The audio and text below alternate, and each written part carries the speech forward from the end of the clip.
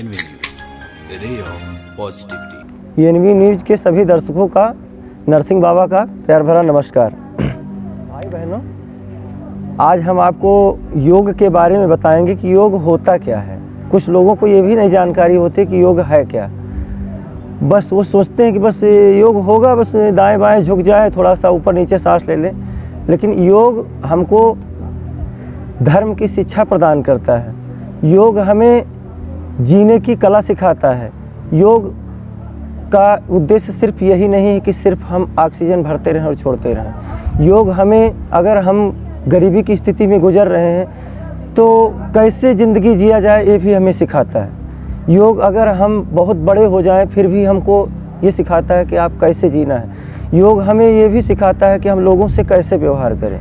योग हमको ये भी सिखाता है कि अपने राष्ट्र और धर्म से हम कैसे व्यवहार करें, अपने गांव से, अपने ज़िले से, अपने प्रदेश से, अपने देश से हम कैसे बात करें, अपने माता से हम कैसे बात करें, पिता से कैसे बात करें, परिवार में सगे संबंधियों से कैसे बात करें।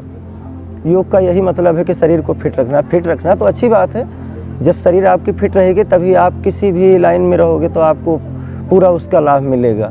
अगर आपके शरीर में किसी प्रकार की कोई दिक्कत हो जा रही है तो मान लीजिए कि आपको उस समय पर आपके कितना भी ज्ञान है, लेकिन अगर शरीर में कुछ ज़रा भी कहीं दिक्कत हो जाती है शरीर में, तो उस समय भी यही होता है कि हमारी पहले दिक्कत दूर हो जाए। बाद में अब हम आपको बता रहे हैं कि कैसे आपको योग करना है।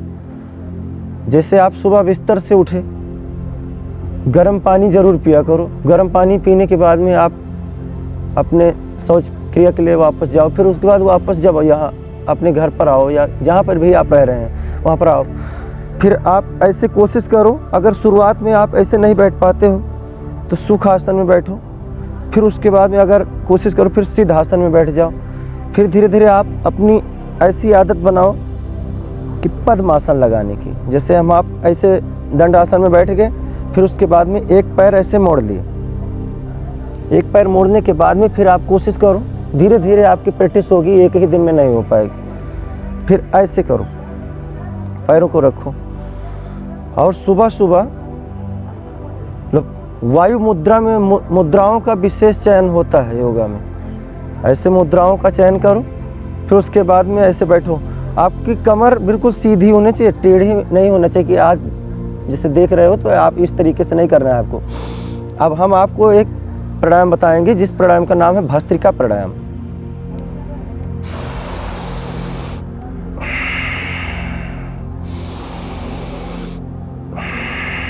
बस आराम से भरना है और आराम से छोड़ना है। ना तेज़ी से भरना है ना तेज़ी से छोड़ना है। हाँ, वो लोग कर सकते हैं जिनके मतलब किसी प्रकार की कोई शरीर में ज़्यादा दिक्कत नहीं है, स्वस्थ हैं, तो वो अपने शरीर को मजबूत बनाने के लिए तेज़ी से भर सकते हैं। लेकिन जिनके शरीर में किसी प्रकार की कोई दिक्कत है, कोई प्रकार का ऑपरेशन हो चुका है या उम्र ज़्यादा हो चुकी है, तो उनको आराम से भरना है।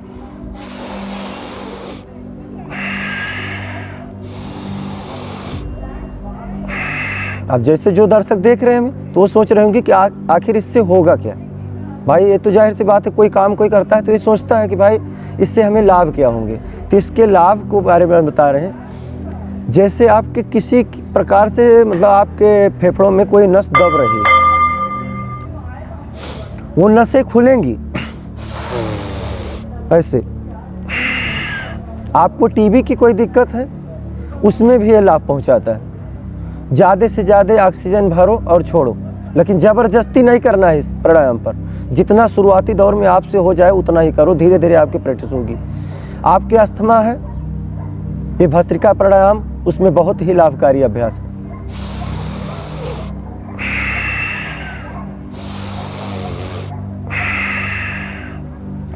सांस के नली में किसी भी प्रकार की कोई दिक्कत है, वो दिक्कतें आपकी दूर होंगी। लेकिन आपको ये विशेष याद रखना, मुंह से ना ऑक्सीजन लेना है और ना ही छोड़ना है। नाक से ही ऑक्सीजन भरना है और नाक से ही छोड़ना है। हाँ, किसी भी प्रकार की आपको अगर कोई दिक्कत है सीने में, तो ये भी आपकी दिक्कतें दूर होती हैं। कभी कभी किसी किसी के सीने में दर्द होती रहती है। आप कहीं ना कहीं कोई नस अंदर से दब रही हैं, आपकी श्वास नली ठीक से काम नहीं कर रही, तो इसमें भी इसके लाभ हैं।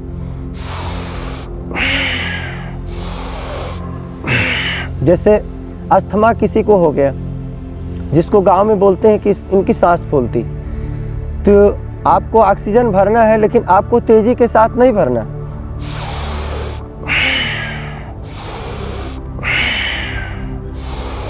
आराम से भरो और आराम से ही छोड़ो। अब जैसे आपको किसी भी प्रकार की सांस की नली में दिक्कत है, अस्थमा की दिक्कत है, टीबी की दिक्कत है, या हार्ट में किसी भी प्रकार की कोई दिक्कत हो गई, तो आपको ऑक्सीजन बस आराम से ही भरना।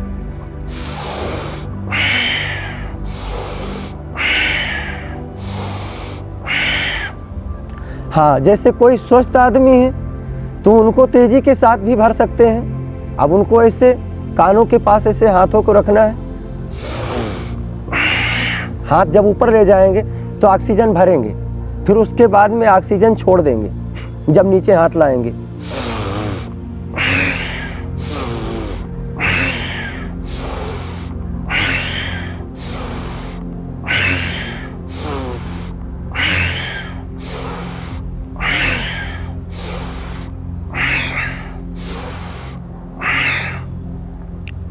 आप ऑक्सीजन भरो और छोड़ो, लेकिन ये उन स्वस्थ आदमियों के लिए है कि जो पूरे तरीके से स्वस्थ हैं, जिनके शरीर में किसी प्रकार का कोई रोग होता है, तो योग में भी कुछ सावधानियां बरतनी पड़ती हैं कि उनको तेज़ी से ऑक्सीजन नहीं भरा जाता है, नहीं भरना है और ना ही छोड़ना है। अगर आप तेज़ी से भरोगे और फिर तेज़ी के साथ छोड़ दोगे तो आपको शुरुआत में कुछ दिक्कतें भी बढ़ सकती हैं, जिससे आप थोड़ा आराम से ही भरना, आराम से छोड़ना।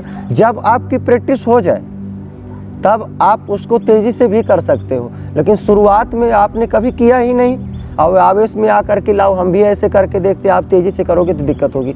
आपको सिर्फ आराम आराम से ही करना है।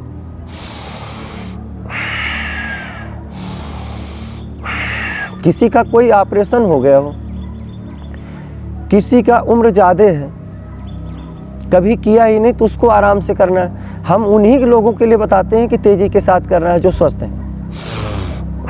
हाँ, अब इसको तीसरे प्रकार से बता रहे हैं, मतलब तीसरे प्रकार से कैसे किया जाएगा। जिनको बिल्कुल वक्त नहीं मिल पाता है और सोचते भी हैं कि हाँ उसके लाभ भी जानते हैं कि हाँ इसके लाभ हैं क्या, लेकिन वक्त कम होने की वजह से नहीं कर पाते, तो थोड़ा सा इस प्रकार से भी कर सकते हैं। उनको 5 मिनट भी समय नहीं देना है। वैसे तो बोलते हैं 5 मिनट इसको करना है, लेकिन अगर उनको 5 मिनट भी वक्त नहीं तो 2 मिनट ही कर लें, 1 मिनट ही कर लें। उनको इस प्रकार से करना है। मुद्राओं का जरूर चयन करना, इस विशेष इसको याद रखना। वायु मुद्रा है, भस्त्रिका करते समय वायु मुद्रा में चयन करना।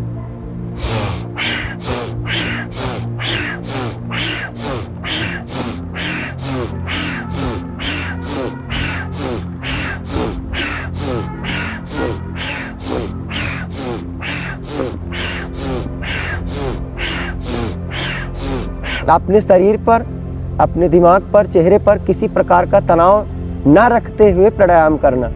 जब भी कोई भी प्राणायाम करो तो तनाव से दूर होकर के, अगर तनाव नहीं लाना है अपने चेहरे के ऊपर, बस खुश होकर के, प्रसन्न होकर के कि मैं जो भी ये कर्म कर रहा हूँ, ये प्राणायाम कर रहा हूँ, जो कुछ कर रहा हूँ, मैं भगवान की पूजा मान करके कर रहा हूँ, जिससे कि आपको ज़्यादा इससे लाभ मिले।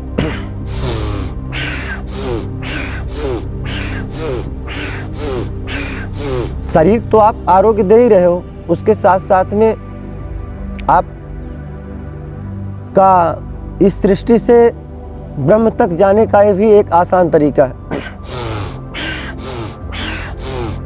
आंखें बंद, मन सहज। अब जैसे हम करते हैं फिर उसके बाद में रुक जाते हैं, इसके लाभ बताने के लिए, एक तरीके बताने के लिए। अगर आपको किसी को समझाना नहीं, बताना नहीं, सिर्फ आपको सिर्फ करना है, तो आपको 5 मिनट की प्रैक्टिस करना है। और बिल्कुल कम समय हो तो आप 2 ही मिनट कर सकते हो, आप तेजी से साथ करो।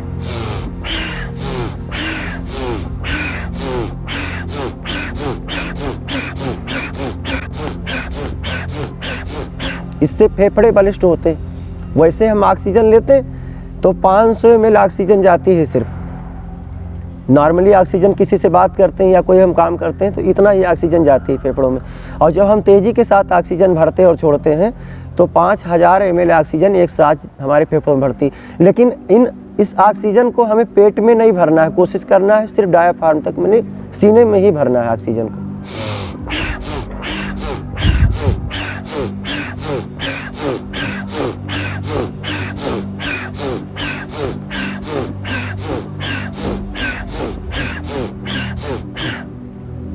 कुछ इसके ऐसे हम लाभ बताए हैं, लेकिन किसी भी प्रकार की किसी के शरीर में और भी अगर दिक्कतें हैं, जब वो करेंगे तो वो सोचेंगे, वो भी नियम से जब करेंगे तो वो सोचेंगे कि हमको तो इस वीडियो में इतनी ही जानकारी मिली थी, लेकिन हमको और भी दिक्कतें थी, ये भी दिक्कत हमारी दूर हो गई।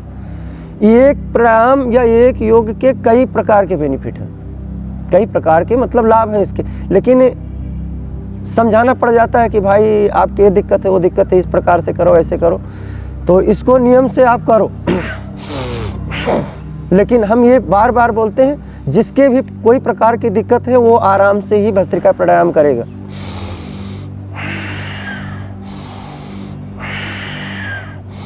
और खाली पेट ही करना, कभी भोजन के बाद भस्त्रिका प्राणायाम नहीं करना, कोई भी प्राणायाम नहीं करना है। अगर भोजन के बाद कोई प्राणायाम नहीं करना है, लेकिन अगर करना ही चाहते हो तो एक आसन है वज्रासन, इस आसन में आप बैठ सकते हो। इससे आपके मतलब पाचन शक्ति मजबूत होती है, आपका भोजन अच्छे से डाइजेस्ट हो जाता है। इस आसन में सिर्फ बैठ सकते हो, और कोई भी प्राणायाम आसन भोजन करने के बाद नहीं किए जाते।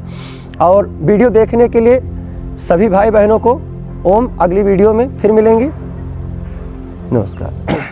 NV News, a ray of positivity.